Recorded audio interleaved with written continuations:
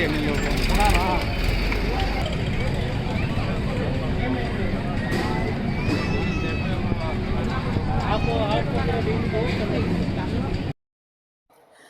Guys, welcome back to my YouTube channel.